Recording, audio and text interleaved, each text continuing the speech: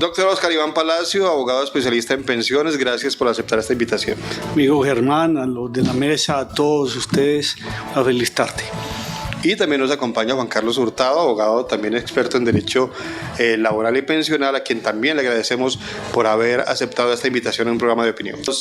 Las comparaciones que se hacen entre pensionarse con colpensiones dependiendo del salario que uno tenga y los fondos de pensiones, en muchos casos sale uno, digamos que pensionado con más bajo porcentaje en los fondos privados, y esa siempre ha sido como la pelea.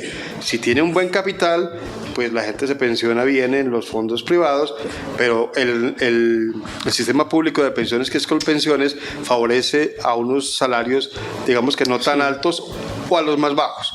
Se había pensado inicialmente que la idea era, así como en las EPS, desaparecer los fondos privados, pero al final se habló de hacer una especie de complemento entre ambos. ¿Eso sí beneficia al trabajador? Beneficia las finanzas del Estado, que garantice una reforma que es intergeneracional.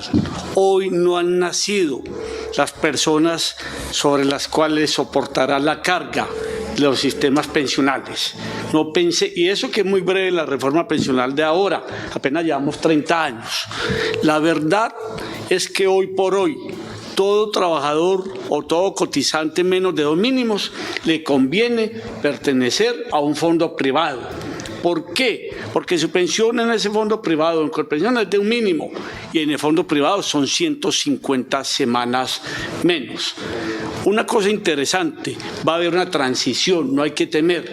El que tenga 1000 semanas, yo lo llevo a una ecuación de que tenga más de 48 años, se le respetarán los derechos adquiridos o las expectativas legítimas. Tercero, en un país donde la pobreza es del 40% y de 4 adultos mayores no se está pensionando ni uno, y de 23 millones de personas de actividad económica activa solo cotiza el 40%, hay que mejorarle la cobertura, y pensiones de 25 y de 20 y de 10 y de 15 mínimos son un atraco a la justicia social. ¿A cargo de quién? De los impuestos del Estado. Quiero decirle 3 cositas. Se va a acabar la pagaduría de Colpensiones. Es la noticia más grata de la reforma. Colpensiones que hoy tienen 1.560.000 pensionados, no todos de vejez, recibe 34 billones de pesos al año, 22 que yo cotizo todavía, 11 que da la Tesorería de la Nación, y los paga cada mes. No es un fondo, es una pagaduría, ya va a ser un fondo. Segundo, a mediano plazo, pensiones de 25 años son el recuerdo de una Colombia inequitativa e infame. Hoy hay 20.000 personas con más de 10 mínimos, cuando hay 3 millones de colombianos que no tienen pensión. Ni la tendrán nunca. No, sí la van a tener, si se aprueba esto, que llamemos media pensión. El presidente Petro, tuve la satisfacción de reunirme con él cuando era campaña.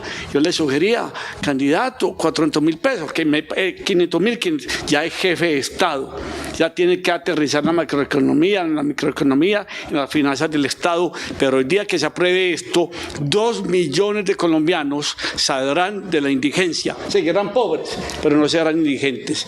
La reforma tiene aspectos mejores que negativos, aunque tiene unas dudas que ahora las puedo complementar. Gracias. Carlos Julio, ¿usted me permite que atendamos a nuestro televidente?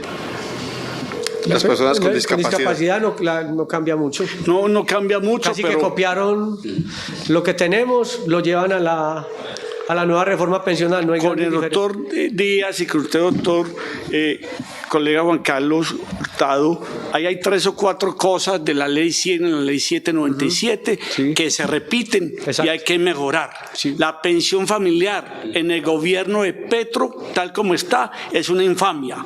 Hoy, La pensión familiar fue instituida pensando en 1 millón de familias. Hay 1.600 pensiones familiares y la señora ministra la presenta igualita. No, la pensión familiar que funcione como en los fondos. Reúnan semanas, sean pobres y tengan un salario mínimo y pensiones en el otro día. ¿Sabe por qué no funciona? No funciona porque la idea es muy buena, pero los requisitos son sumamente complicados. Más que un tute, el que tenga televisor a color no va para pensión familiar. Es una infamia. Y sé que en la Comisión Séptima, con los partidos de la coalición tradicionales y no tradicionales, vamos a tener por fin una pensión familiar decente, al menos durante los 5 primeros años, y también una pensión fiada. A propósito, en los comentarios del doctor Juan Carlos, una cuña a favor de los televidentes y de los colombianos. Hacemos un llamado a Colpensiones, a los fondos privados, a los colegas, que cuando una persona cumpla 62 años, 57 años, no les permitan la brutalidad, perdónenme el término, la brutalidad, y lo repito, de retirar la devolución de aportes o la indemnización, que si en Colpensión es de 5 pesos, en un fondo es de 25 pesos. Eso va a contar mucho después de esta reforma, porque si usted retira esos 5, esos 10 millones que le da para un viaje a Santa Marta pasada la Semana Santa, no le da más, pero queda borrado de las semanas que cotizó. Por favor, y al gobierno nacional que piense casi que en un decreto de emergencia, prohibir o suspender durante los 2 próximos años el retiro o la devolución de aportes. He visto personas con 1.000 semanas que les dan 20 millones. Y se vuelve plata cuando hoy va a ser una pensión en un 75%. Eso es el pan. Colegas, cumplamos con el sagrado deber de orientar a las personas y que no voten ese dinero tan escaso que hay y tan importante para una pensión. Lo ideal sería en una sociedad que la gente tuviera, digamos, todas las posibilidades de, digamos, implementar su capacidad productiva, pues su creatividad, que la gente trabajara, porque realmente el trabajo creo que tiene algo importante, y es que además de que es un ingreso para uno vivir, es también un sentido de vida. Entonces, el trabajo le da sentido a la vida. Entonces, yo creo que también el tema de los subsidios, yo pensaría que sería un tema en casos pues como los que ya teníamos, de gente que llegó a una edad que ya pues... Extrema pobreza. Como ya muy pobre, que ya son ancianos que no van a trabajar. Pues todo se pudiera dar como uno quiere, ¿no? 20 millones de colombianos que reciben subsidios, desde los niños que nacen hasta los ancianos, ahora 2,5 millones. El problema de fondo no basta con dar subsidios. 223.000 pesos, señora Ana, para que a una persona la saquen de la indigencia no es mucho, pero si es del Estado es significativo. La propuesta que tengo es que miremos globalmente el fenómeno del envejecimiento en Colombia, donde ya hay 15% de las personas tienen más de 60 años. Ya haya una política de Estado y de gobierno para esto: recreación, cultura, educación, salud, y que se creen en las entidades territoriales. En Antioquia existe, y en la alcaldía de Medellín existe programas intensos para la tercera edad, para que coayuden que esos subsidios lleguen significativamente y no sea solo un subsidio, que ese anciano salga, se recree, estudie, haga un banco de conocimiento. No basta con girar un cheque, terminan en tendero vendiendo licor o en la novia joven del abuelo. No, es una política de Estado para el envejecimiento. Hoy tenemos bastante participación de nuestros televidentes. Porque la reforma pensional no lo va a afectar. Si hay una invalidez, tampoco, porque ya tiene la densidad de semanas. Así que lo único que le toca esperar es cumplir los 62 años y pensionarse. Simplemente eso. No puede, no hay nada, algo extraordinario. Pero está descubierto de que en este momento de salud, nada. O de salud. De salud, si no paga, pero puede ser beneficiario de su grupo familiar. La salud sí la tiene que pagar por lo menos. Sí. Y la verdad es que si trabaja formalmente tendría que pagarla, pero sí, cuando una persona cumple las 1.300 semanas o en un fondo en las 1.150 semanas, diríamos con alguna dificultad que ya pagó los 3 riesgos: invalidez, muerte y vejez. Ahí lo que habría que mirar, si es declara renta, de pronto ahí sí hay una exigencia también para hacer la cotización. Si trabaja, obviamente también, pero por lo que nos cuenta, digamos que no tiene. No ha podido trabajar, decía él. Sí, ya. No podía trabajar. Que al menos sea menos beneficiario en salud o algo, porque la EPS no la está cubriendo, pues. Hablemos, señores, de régimen de transición. Sabemos que cada vez que hay una reforma, pues se da un espacio para que las personas que estén cerca a pensionarse, relativamente cerca, pues no pierdan los derechos adquiridos. Eso es lo que se conoce como el régimen de transición. Llegó a haber un régimen de transición de yo no sé cuántos años. 20 hasta años. de 20 años. Que lo recortó Álvaro Uribe a 15 años con el acto legislativo 1 de 2005. Apretó Y un mucha gente millón con de eso. personas perdieron la pensión y el gobierno está pensando en fiar las pensiones a esas personas, Claro, porque pasaron de 1.000 a 1.030 Se semanas. quedaron, por ejemplo, usted tenía ya los requisitos con las 1.000 semanas en el régimen anterior y de repente le dicen, no, necesita 1.300. cotizar 6 años más. Porque entra en el nuevo régimen. Claro, Sí. por esa transición no le cobijó en ese acto legislativo 01 del 2005 y ahí pues por querer hacer como un cierre perjudicaron a mucha gente de la población que no les dio para En este cotizar momento más. ya no hay gente del régimen de transición anterior. No, es muy poquito. Sí los hay, poquitos. pero muy poco realmente. Poquito. Bueno, y entonces en el caso de esta reforma, ¿habría un régimen de transición? Claro, No sí. se puede saber de cuántos años sería. No, lo sugirió Ya, el gobierno, 20 1.000 años. semanas, 20 años. 20 años también. Que fue que propuso la ley 100 y que lo cementaron a 15 años prácticamente. No, son 20 años por edad o por semana de densidad, que los alcance. Porque si usted en esos 20 años tiene que alcanzar la edad y las semanas cotizadas, siempre que tenga más de 1.000 semanas. Un ejemplo Esto que tenemos. Exacto. Doctor Oscar Iván, en ese punto sí me quiero detener, ya se nos acaba el tiempo, pero sí es preocupante, porque es que lo dice Juan Carlos, las personas estaban cotizando con 2, 3 o 4 salarios mínimos y estaban en Colpensiones, mucha gente se devolvió de los fondos privados porque le iba mejor en Colpensiones que en el fondo privado en la tasa de reemplazo, la pensión era más alta.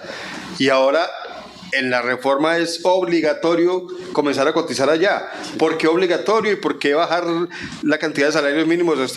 A lo último va a ser casi que obligatorio el salario mínimo. Bueno, me voy a organizar precisamente para respuestas no gratas. Ay, no. Primero, para esas personas que no van a tener pensiones de más de 2.800.000 pesos, así sean neurocirujanos, Exacto.